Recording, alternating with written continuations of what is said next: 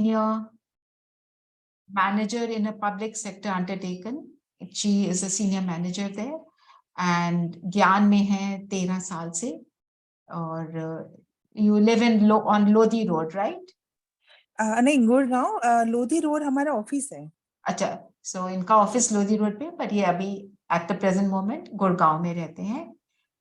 And over to you, Ruma बहन, आप हमारे को अहिंसा परमो धर्म पर थोड़ा अपना शेयर विचार करेंगे। शेयर करेंगे। जी जी जी जी।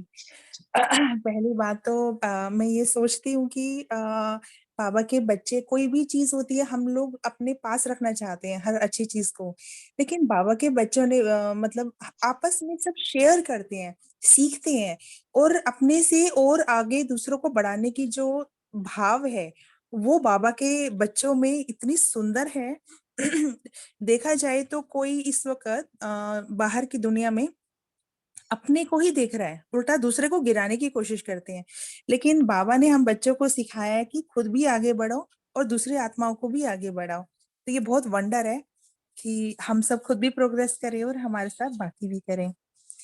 तो जैसे आज का पैरा है, बहुत सुंदर पैरा है। हम अहिंसा परमो धर्म पे कर रहे हैं, लेकिन यहाँ पे आसुरी संस्कार को कैसे संहार करना है। जैसे हम सब समझते हैं कि हम अहिंसक तभी पूरे बनेंगे जब हमारी भावनाएं, हमारे विचार एकदम शुद्ध होंगे, पवित्र होंगे। तो बाबा ने हमें बोला कि वो तभी होंगे जब आप, जैसे हमने भक्ति मार्ग में देखा है, जैसे शक्तियां है, ये शंकर है, तो वो उनका गायन है कि जैसे वो योग में बैठे हैं और कोई जैसे उनकी तपस्या को भंग करता है, तो एकदम वो आंखों से आंखें खोलते हैं, ज्वाला निकलती है और असुर संहार हो जाता है। तो बाबा ऐसा ही हम बच्चों से भी चाहते हैं कि हमारी तपस्या इतनी पावरफुल हो कि अपने संस्कार, अपनी अपवित्रता को हम सेकंड में संहार कर दें।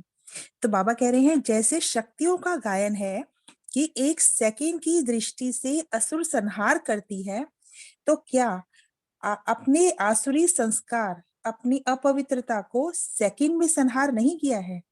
बाबा पूछ रहे हैं कि ये दूसरों के लिए प्रति संहार नहीं हो कि अपने प्रति नहीं हो। तो अब तो बाबा कह रहे हैं कि मतलब हम इतनी स्थिति हमारी पावरफुल हो जाए, अब तो माया अगर सामना भी करे तो उसकी क्या हालत होनी चाहिए। जैसे छुई मुई का वृक्ष होता है ना, अगर कोई भी मनुष्य जरा भी हाथ लगाए तो वो शक्तिहीन हो जाते हैं, पौधा एकदम मुरझा जाता है, तो उसे टाइम नहीं लगता। तो हमारे सिर्फ एक सेकंड के शुद्ध संकल्प, उनकी शक्ति इतनी पावरफुल हो कि जैसी माया भी छुई मुई माफिक मूर्छित हो जाए। तो बाबा हमें ये समझा रहे हैं कि हमारे अंदर जो अभी उठने वाले अपवित्र संकल्प है, हमारे अंदर इतनी पावरफुल हो, स्थिति हो कि वो उठने से पहले ही खत्म हो जाए। मैंने सेकंड में बाबा ने बोला कि ये पहले आए, हमारी स्थिति को खराब करें, हम ऊपर से नीचे आ जाएं और फिर हमें कई समय लग जाए उस स्थिति को वापस ऊपर लाने में। पर बाबा कहते नहीं, एक सेकंड में हो जाए। तो बाबा कह रहे हैं कि क्या अभी इतने पावरफुल नहीं हुए हो कि एक सेकंड में उसको खत्म कर दो। तो आप सभी भाई बहनों से आपने अपने पॉइंट्स आप शेयर कीजिए कि किस तरीके से आपकी लाइफ में भी जो सिचुएशन आती है या कोई संकल्प आता है, सपोज गुस्से का ही, इरिटेशन का ही, या कोई भी और, क्योंकि हम सब अभी अपने पे काम कर रहे हैं, पुरुषार्थी हैं, तो आप लोग उस पे कैसे काम करते हैं? कोई शेयर करना चाहे तो कर सकते हैं।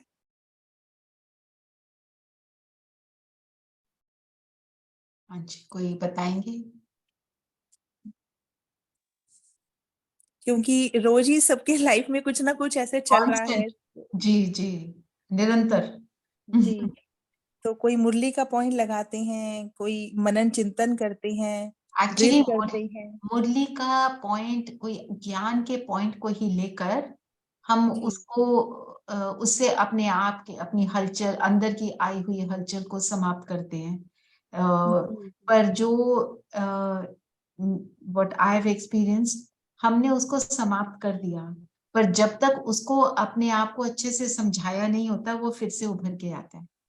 सो ट्रू, बिल्कुल। एंड ऑल्सो हमने कभी कोई क्लास सुनी होती है और उस दिन या कोई मुरली का पॉइंट सुना होता है, दीदी ने अच्छे से समझाया होता है, तो हम उसको यूज करके उस समय के लिए हम कर लेते हैं, पर वो फिर आता है जब तक हम उसको बार बार अपने आप को समझाकर उसको सेटल नहीं करते। दैट मेरा अपना एक्सपीरियंस है। जी, जी। तो और कोई भाई-बहन भी शेयर करना चाहे तो कर सकते हैं। ओम शांति। जी। मैं बीके राजकुमारी बोल रही हूँ। दीदी, जब हमारे आसुरी संस्कार जो होते हैं, तो उसको विनाश तो हम करते ही हैं ज्ञान की समझ से, लेकिन उसके अलावा योग बल से ही उसको पूरा भस्म करना चाहिए। परमात्मा से शक्तियां लेकर के योग बल से भस्म करके जला देंगे तो फिर वो वापस अंकुरित नहीं होगा। बिल्कुल, लेकिन ना हम लोग ये थोड़ा-सा इसको ऐसे बनाते हैं कि प्रैक्टिकल लाइफ में हम क्या करते हैं? मतलब क्या हम ऐसा पावरफुल योग करते हैं कि उसके बाद हमारे संकल्प वो फिर ना आए? मतलब हम एक इसको इंटरैक्टिव ऐसा प्रैक्टिकल बनाना चाहते हैं कि जी अ, कैसे करते हैं आप लोग फिर वो दोबारा ना आए, ऐसा होता है क्या? हाँ, योग बल में अगर अपने संस्कार को अपन रोज अमृत वेला जलाएंगे तो दीदी वो फिर संस्कार भस्म हो जाता है। जी, बिल्कुल। हम्म। और कोई आप में?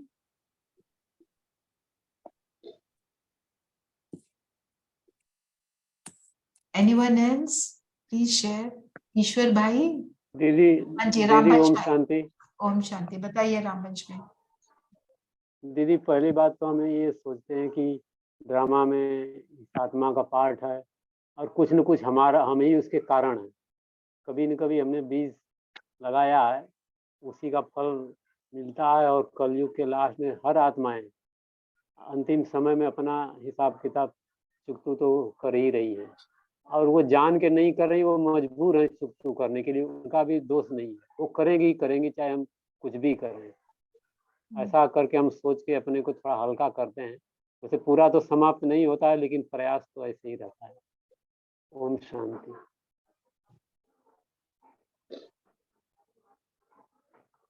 और कोई जैसे शेयर? बात जी, जी। अ, जैसे बात चली मुरली की और योग की, तो उसमें क्या होता है, बाबा की जो मुरली होती है ना, उसको हम मोटे तौर पे 2 चीज़ों में डिवाइड कर सकते हैं। एक तो ये कि जो होती है धारणा के पॉइंट्स, और एक होते हैं बाबा हमें जो सोमान देते हैं। तो बाबा बोलते हैं कि तुम मेरे इतने लाडले बच्चे हो, तुम मतलब वो एक कॉपी में अलग से लिखें।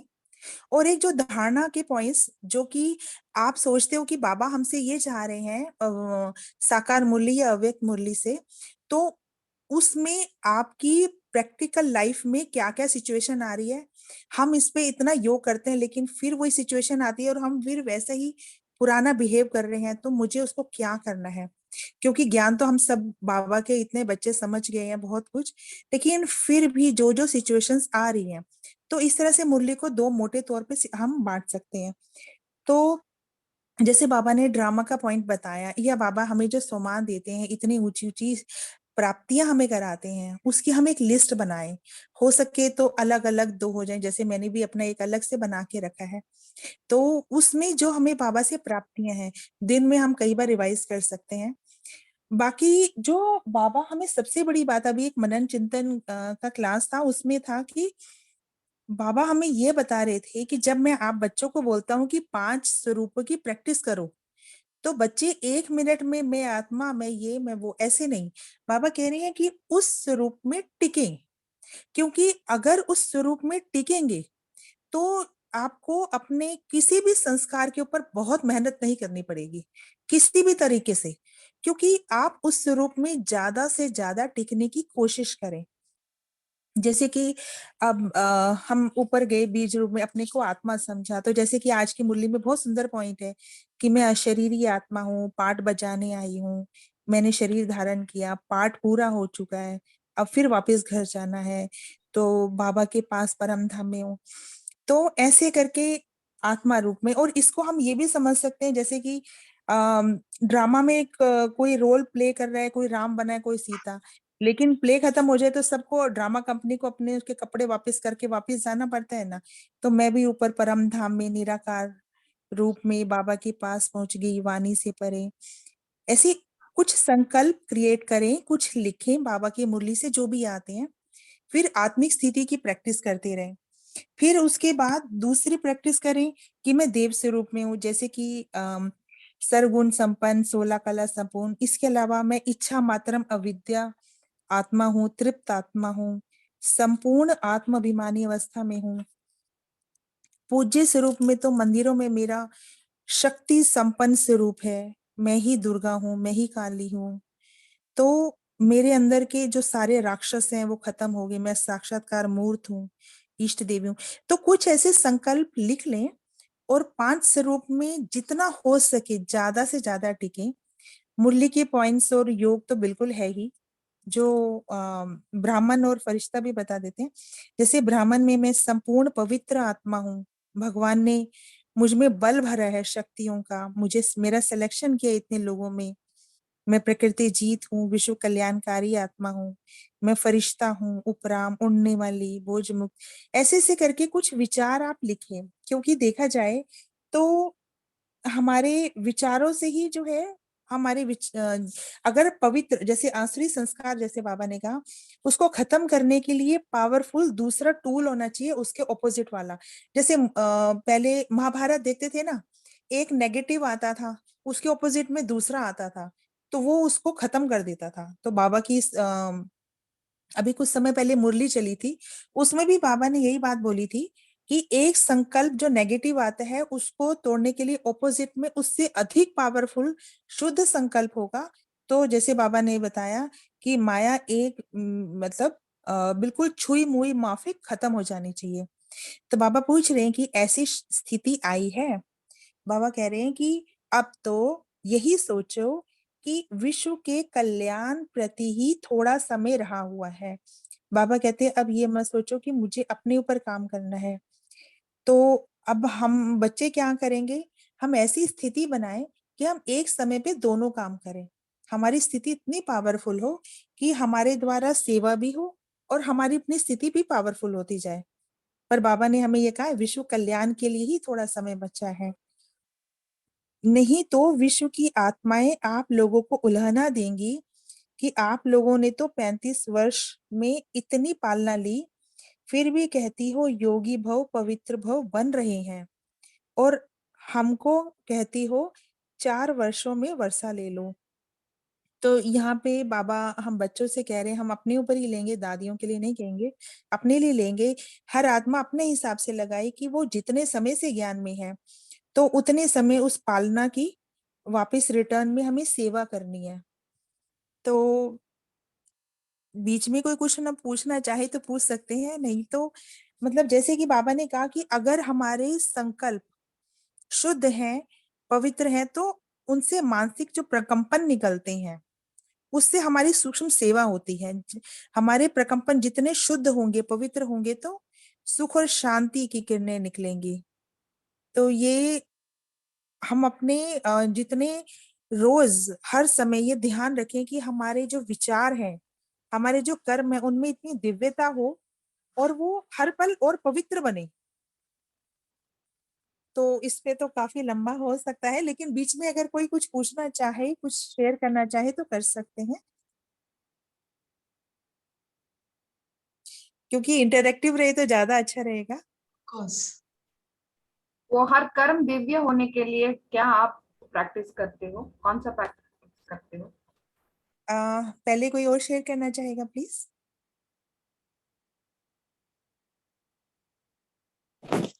ओम शांति। जी जी।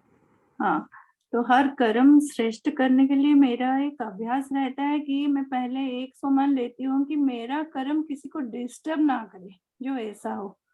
तो उससे क्या, माय कर्म शुड नॉट डिस्टर्ब अदर्स। तो इससे क्या होता है कि मैं कर्म कॉन्शियसनेस मेरा आ जाता है। तो एक कर्म जो होता है वो बाबा को फिर सरेंडर होके पूछ पूछ के करते हैं। तो इससे क्या होता है, अपने आप पे चेकिंग भी हो जाता है कि अपना कर्म हम सही करते हैं या नहीं करते हैं। अगर सही करते हैं तो बहुत लाइट और बहुत हैप्पीनेस इंटरनली फील होता है। अगर कहीं भी कुछ गलत हो जाता है भी, बाबा भी अलर्ट कर देता है कि नहीं ये सही नहीं है, तो तुरंत उसको रेक्टिफाई कर देते हैं बाबा को सरेंडर करके, फॉरगिव करके या क्षमा मांग के। जी, सुंदर, बहुत सुंदर। ओम शांति। जी, जी। Anyone else? भावना मैम। हाँ, ओम शांति। जैसे आज भी बाबा ने हमें वरदान दिया ना, सुदर्शन चक्रधारी भव, मायाजीत भव। तो मैं भी अपनी पूरी दिनचर्या में एक सोमान तो मैं ज़रूर रखती हूँ। मैंने सूरज भाई की एक बार क्लास में सुना था, उन्होंने कहा था कि अगर आप अपने आप को इस सोमान में टिका लो ना कि मैं इस घर की इष्ट देवी हूँ, तो आपसे अलौकिकता, दिव्यता और पवित्रता की किरणें पूरे घर में, वायुमंडल में फैलती हैं। तो उससे जो आत्माएँ हैं उन पर बहुत अच्छा असर पड़ता है, इन द सेंस उनको पावरफुल वाइब्रेशंस पहुँचती हैं, तो हम उनके अंदर भी परिवर्तन देख सकते हैं। तो मैं यही कोशिश करती हूँ कि पूरा दिन मैं 5 स्वरूप के अभ्यास में विभिन्न स्वमानों में टिककर जो है पूरे वायुमंडल में और प्रकृति में और अपने घर में वाइब्रेशंस फैला के मनसा सेवा करूँ। तो ये अटेंशन ज़्यादा रहता है। और जैसे बाबा ने आज कहा ना कि आप सब शिव शक्तियाँ हो, असुर संहारिणी हो, तो हमें अभी अपने पे नहीं, हमें दूसरों पे काम करना है। तो दूसरों माया के पे जीत पाने के लिए हमें 5 स्वरूप के अभ्यास का निरंतर अभ्यास करना चाहिए। सो जी, मेरा यही अटेंशन रहता है दिनचर्या में। ओम बहुत शांति। सुंदर।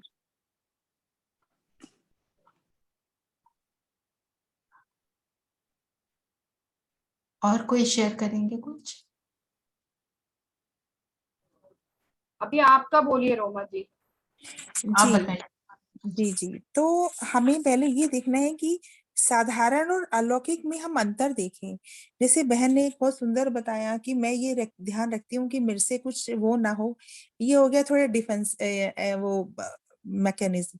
लेकिन अगर आपका ये रहे कि मैं हर काम ही दिव्य रूप में होके करूं, मैं जैसे एक देवी हूँ और मैं यहाँ पे काम कर रही हूँ, मतलब कि अभी तो आप सिर्फ बच रहे हैं कि मेरे से कोई गलत काम ना हो, बल्कि अब आपको ये करना है कि मेरे से सिर्फ अच्छे काम ही हो। मतलब आप उसको जैसे साधारण और अलौकिकता में अंतर समझें, सिर्फ दिव्यता की अभ्यास करें। मतलब अम, जैसे कि मैंने बहुत सुंदर सुना था और मैं इस पे प्रैक्टिस भी कर रही हूँ। सोमान में आप 1 या 2 सोमान पकड़ लीजिए, बाकी थोड़ा थोड़ा पढ़ते करते रहें, लेकिन 1 या 2 सोमान पकड़ लें और उसको काफी समय, कम से कम 1 वीक या 10 दिन, 15 दिन उसको बार बार प्रैक्टिस करें। 1-1 मिनट की जो हर घंटे बाद ड्रिल होती है, उसमें भी कर सकते हैं। उससे क्या बेनिफिट होता है, आपके प्रकंपन है जो वो बहुत पावरफुल होते जाएंगे, क्योंकि वाइब्रेशंस तभी क्रिएट होती हैं जब वो एक ही थॉट पे आप जितना देर टिके, उससे फिर वो एक वायुमंडल बनने लग जाता है।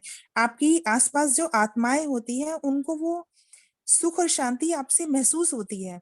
क्या होता है कि हम बहुत जल्दी जल्दी स्विच करते हैं ना, तो वो आत्मा उस स्वरूप में जब तक टिके और उससे वो भावनाएं क्रिएट हो, लाइक आप पानी आपने उबलने रखा और फिर थोड़ी देर बाद बंद कर दिया, फिर दोबारा उठाया और फिर बंद कर दिया, तो वो जो आपकी दाल है, सब्जी है, वो गलेगी नहीं। वो जितनी देर उसमें स्थिति में रहेगी, तो वो उतने आपके जैसे हमारे संस्कार चेंज होने हैं, अन्य आत्माओं की हमने सेवा करनी है, हमारे साथ में जो भी लोग हैं उनको उस चीज की प्राप्ति हो, मन के अंदर वो, और जितना हम सोचते जाएंगे हम उसका स्वरूप बनते जाएंगे। जैसे कि हम एक घर का निर्माण करते हैं तो हर एक ईंट का महत्व होता है, तो ऐसे ही हमारे एक एक विचार हमारे चरित्र का निर्माण करते हैं। तो ये बहुत ध्यान रखना है कि आपने उसमें ज्यादा देर टिकना है। जितना ज्यादा आप लंबा टिकेंगे ना, तो उससे एक मतलब जैसे हम योग बोलते हैं, तो योग होता है 3 चीजों का। एक, आत्मा का उसके इस शरीर के साथ, बॉडी के साथ में जो मैं जितनी शांति की स्थिति, मान लो मैं शांत स्वरूप हूँ, ऐसे करके मैं जितना लंबा टिकूंगी वो मेरे बॉडी के एक एक ऑर्गन को अफेक्ट करेगा। फिर वो मेरे आसपास के वायुमंडल को अफेक्ट करेगा कि उससे पहले मेरे जो रिश्ते हैं, मैं ऑफिस में काम कर रही हूँ, मैं रिलेशन में हूँ, मेरे आसपास जो लोग जा रहे हैं, वो मेरी अंदर की शांति वो उन लोगों तक पहुंचेगी। उन्हें खुद को, जैसे हम दादियों के पास या एक मधुबन के वायुमंडल में जाते हैं, तो वो क्या होता है, वहां का लंबे समय की जो प्रैक्टिस रही है वो फिर रिश्तों में आती है। उस वक्त क्या होता है, आपको ना अलग से किसी संस्कार के ऊपर काम नहीं करना पड़ता। आप अपनी स्व स्थिति में इतने पावरफुल रहते हैं कि अपने आप आपके अनादि आदि गुण इमर्ज फॉर्म में रहते हैं। तो अन्य आत्माओं के अलावा फिर जब बहुत पावरफुल हो जाती स्थिति, तो फिर वो वायुमंडल जिसे हम बोलते हैं ऑरा, तो वो उतना लंबा बड़ा हमारा ऑरा बनता है। जैसे जैसे दादी जानकी के लिए कहते थे कि उनका ऑरा बहुत लंबे फीट, जैसे किसी ने शायद नापा था, मुझे याद नहीं है, पूरे कमरे से भी बड़ा तक का ऑरा था। तो ये ऑरा क्या होता है वो तो हम सब समझते हैं ज्ञान से। तो लेकिन उसको बनाने का तरीका यही है कि हम जितना लंबा समय हम उस स्थिति में टिकते हैं, तो वो एक वाइब्रेशन बनती।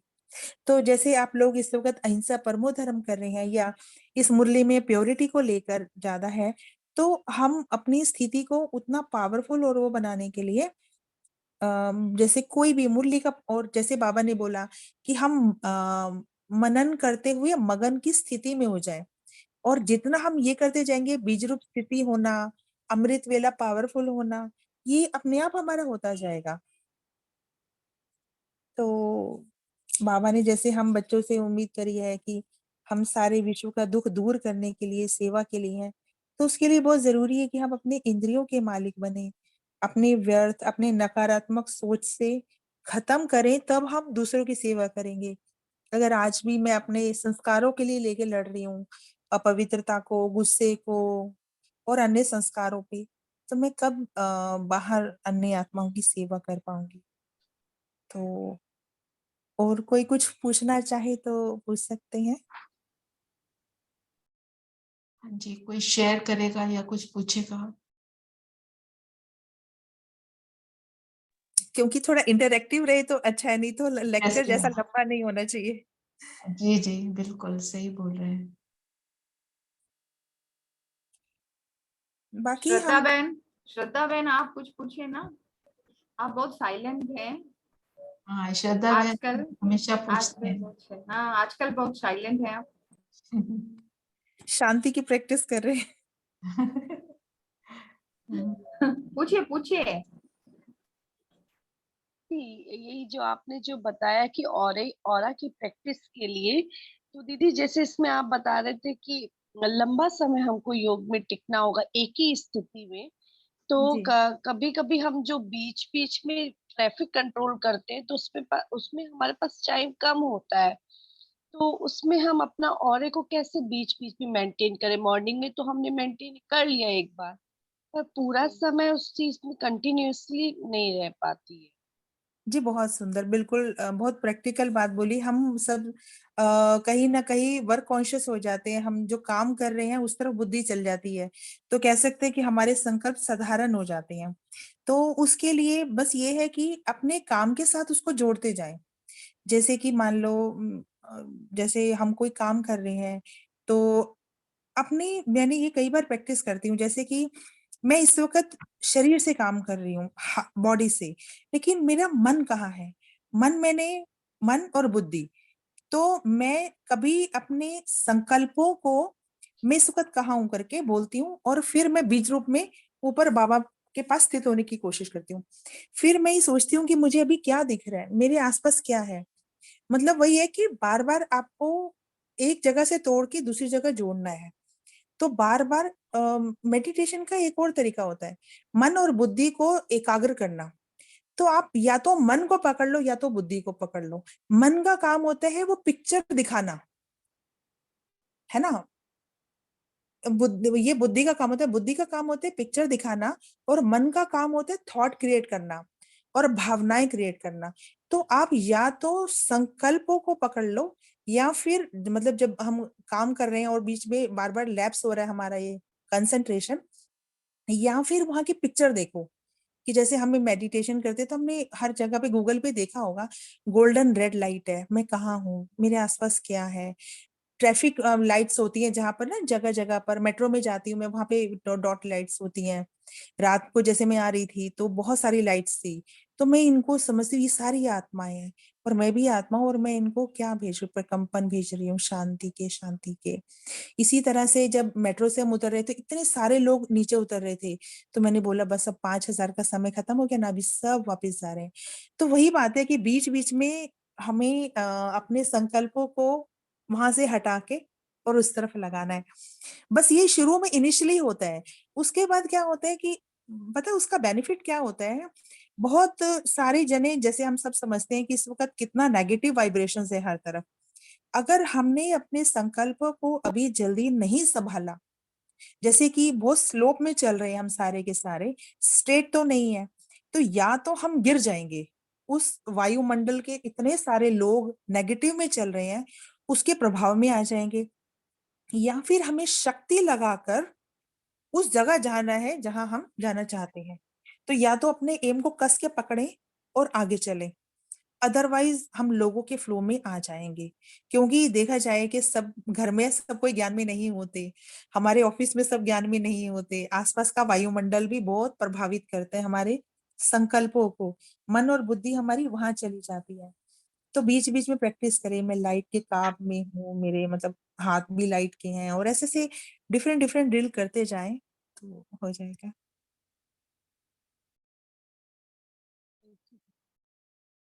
जी, वेरी नाइस प्रैक्टिकल थिंग्स आपने बताई जी। सो अभी हम थोड़ा 2 मिनट बाबा की याद में बैठते हैं। आप संकल्प दे दीजिए रोमा बहन।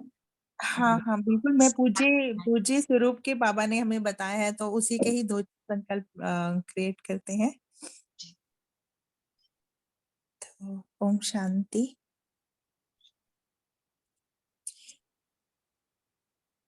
अपने आप को एक बहुत भव्य सुंदर मंदिर में देखिए, मेरा ही शक्ति संपन्न स्वरूप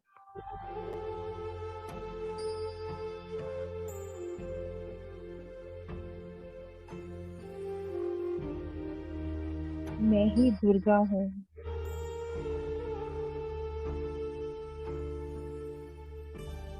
महिषासुर मर्दिनी, असुर संहारणी, ये मेरा ही गायन है।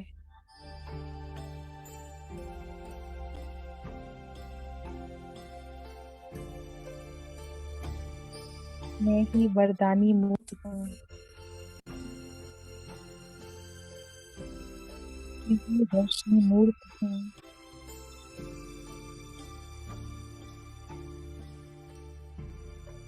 आकर्षण मूर्त हूँ।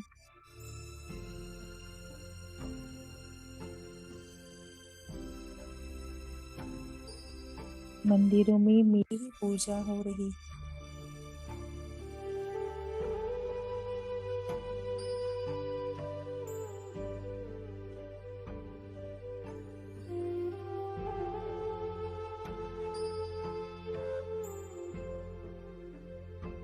मैं अपने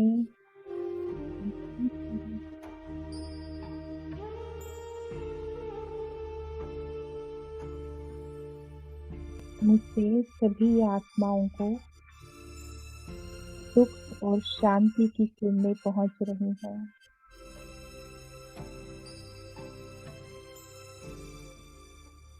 और उनके सभी दुख और कष्ट समाप्त हो रहे हैं।